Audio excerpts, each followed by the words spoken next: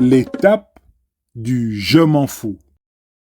Bienvenue au dernier niveau, le moment où tout s'écroule autour de toi, où tu restes debout au milieu des ruines, totalement impassible.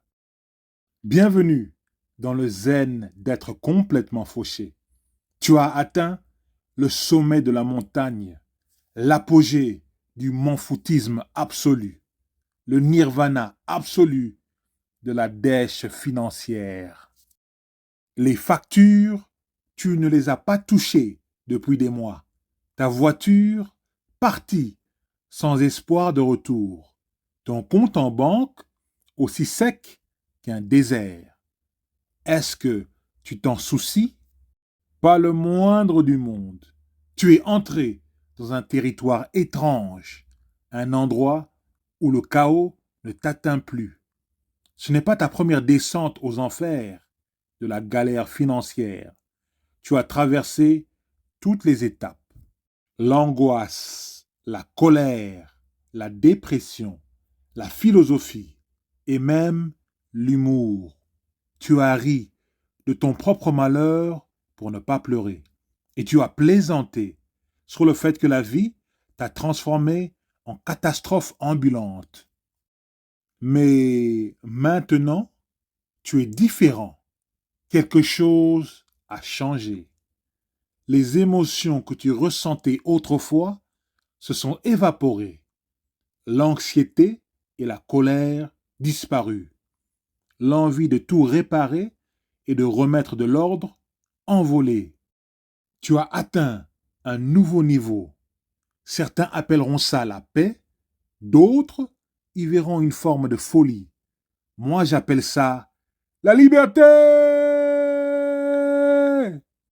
Cette liberté est difficile à décrire si tu ne l'as pas vécue. Ce n'est pas celle qui vient avec la sécurité financière ou la réussite. Non, c'est autre chose. C'est la prise de conscience que rien de tout cela n'a réellement d'importance. Pas comme on nous l'a toujours fait croire. Tu as atteint un niveau d'indifférence effrayant pour le commun des mortels. Tu as appris à la longue que le fait d'être complètement fauché ne te définit pas. En réalité, ce n'est qu'un aspect de la vie, un élément parmi tant d'autres, qui n'a pas le pouvoir de dicter ce que tu ressens. C'est comme si tu avais tout simplement arrêté de jouer le jeu. À ce stade, tu as maîtrisé l'art de t'en foutre. Tu regardes les factures qui s'accumulent, les paiements manqués, le compte en banque vide, et tu hausses simplement les épaules. Il n'y a ni panique, ni désespoir, juste une acceptation tranquille. Tu as touché le fond et tu as compris une vérité profonde. Une fois que tu arrêtes de t'en soucier, cela aussi passera. Et c'est là que tu commences à vivre. Le poids du monde qui t'écrasait autrefois, parti. Toutes les attentes que la société avait placées sur toi, elles ne te collent plus. Il y a une étrange magie dans le fait de toucher le fond. Ce n'est pas ce que les gens imaginent. Ce n'est ni désespérant, ni dévastateur. C'est libérateur. Parce que tu as déjà été là. Tu t'es déjà posé ces questions. Et maintenant, elles ne te font plus peur. Tu as compris que la seule chose qui te reste à faire, c'est vivre sans la pression, sans la peur, sans le besoin de survivre au rythme des autres. Et peut-être, juste peut-être, c'est là que commence la vraie vie. Pas quand tout est sous contrôle, mais quand tu as lâché l'obsession de tout vouloir contrôler. Quand tu es libre du poids d'être parfait, riche ou réussi, quand tu réalises qu'en dépit de tout ce que tu as perdu, tu es toujours là. Et que même sans tout ça, tu es encore capable de trouver de la joie, de l'humour et même une forme de contentement dans le chaos.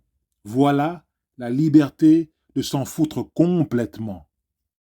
Voilà la liberté d'avoir atteint la 6e étape d'être complètement fauché. Quand la vie t'arrache tout et te laisse nu, privé des sécurités et des conforts sur lesquels tu comptais, tu découvres une vérité étrange et libératrice. Même sans ces possessions matérielles ou la validation sociale, tu es toujours là. Tu respires, tu penses et tu ressens. Et dans cet état brut, tu réalises que la joie, l'humour et même la sérénité ne viennent pas de l'extérieur, mais se cultivent à l'intérieur. C'est la liberté paradoxale qui vient avec le fait de n'avoir plus rien à perdre, celle qui te permet de rire en plein chaos. C'est la liberté d'être complètement fauché. Être fauché financièrement, émotionnellement ou spirituellement t'oblige à affronter la vie sans filet de secours. Ça balaie l'illusion du contrôle et t'apprend à faire la paix avec l'incertitude. La société te répète que la réussite se mesure à la richesse et au statut. Mais quand tu perds ces repères, tu finis par en remettre les valeurs en question. Ton identité, tes attentes sur la vie, tu découvres une force insoupçonnée. Pour la première fois, tu es droit, délivré du besoin d'impressionner ou de rentrer dans le moule. Tu as laissé tomber la course effrénée, les comparaisons incessantes et la peur de l'échec. Ce qu'il reste, c'est la réalisation que la paix intérieure ne se trouve pas dans les réussites extérieures, mais dans l'abandon de ce qui ne te sert plus. Le monde ne cesse jamais d'exercer une pression pour te faire rentrer dans le rang, pour te pousser à courir après une version idéalisée de la réussite. Les réseaux sociaux amplifient ce phénomène en exposant les moments glorieux des autres, te faisant croire que tu es à la traîne. Mais quand tu as touché le fond, tu commences à voir au-delà des apparences. Tu comprends que beaucoup de ce que les gens affichent n'est qu'une mise en scène, souvent pour masquer leur propre lutte. Cette prise de conscience te libère du piège de la comparaison. Tu cesses de te soucier de comment tu te situes par rapport aux autres et tu commences à te concentrer sur ce qui te comble vraiment. L'inflation, la hausse des coûts et l'instabilité économique peuvent laisser n'importe qui à genoux. Pourtant, être complètement fauché t'apprend la débrouillardise et la gratitude. Tu apprends à trouver la beauté dans la simplicité. Un lever du soleil, une bonne conversation, un moment de calme pour réfléchir. Ce sont des choses que l'argent ne peut pas acheter. Et elles prennent une valeur infinie quand tu es dépouillé des distractions matérielles. En l'absence de l'abondance, tu apprends à apprécier ce que tu as, aussi insignifiant que cela puisse paraître.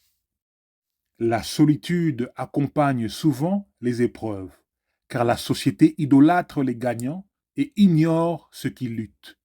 Mais la solitude est aussi une opportunité de te reconnecter avec toi-même.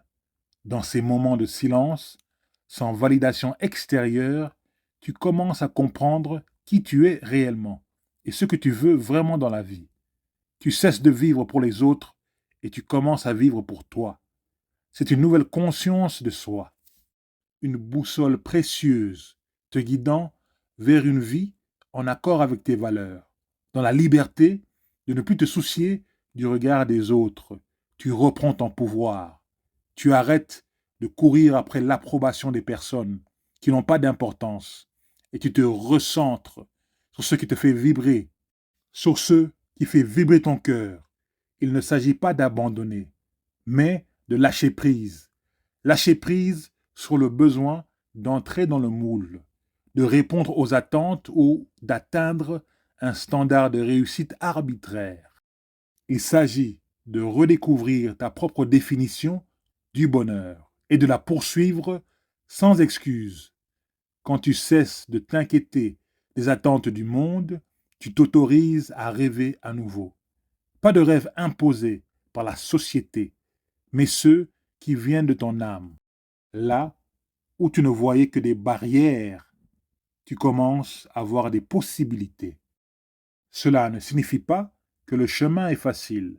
Se détacher des normes sociales et des désirs matériels est un processus qui demande du courage et une profonde introspection. Mais chaque pas vers une vie en accord avec toi-même est une victoire. Chaque moment de joie trouvé dans la simplicité, chaque éclat de rire en pleine tempête, chaque instant de gratitude renforce ta détermination. Ces moments te rappellent que les trésors les plus précieux de la vie sont souvent ceux que l'on néglige. Et te voilà, debout parmi les ruines, libéré de la peur et des inquiétudes. Tu as trouvé quelque chose d'inestimable, une paix que rien ne peut t'enlever. De l'extérieur, cela ressemble peut-être à rien, mais pour toi, c'est tout.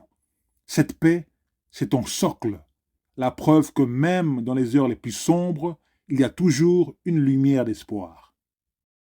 Tu es la preuve que l'adversité ne te définit pas, elle te révèle. Le chaos de la vie n'est pas une fin, mais le début d'un nouveau chapitre, un chapitre où tu écris ton histoire selon tes propres termes. Te voilà, debout parmi les ruines de ton passé. Et pour la première fois, tu es droit, sans souci dans la tête. Tu as trouvé ce que l'argent ne pourra jamais acheter, la paix intérieure au cœur de la tempête. Mais pour toi, c'est absolument tout. Car lorsque tu cesses de vivre selon les attentes du monde, tu commences enfin à vivre selon les tiennes. Et ça, mon ami, et ça, mes amis, c'est ma définition de la vraie richesse.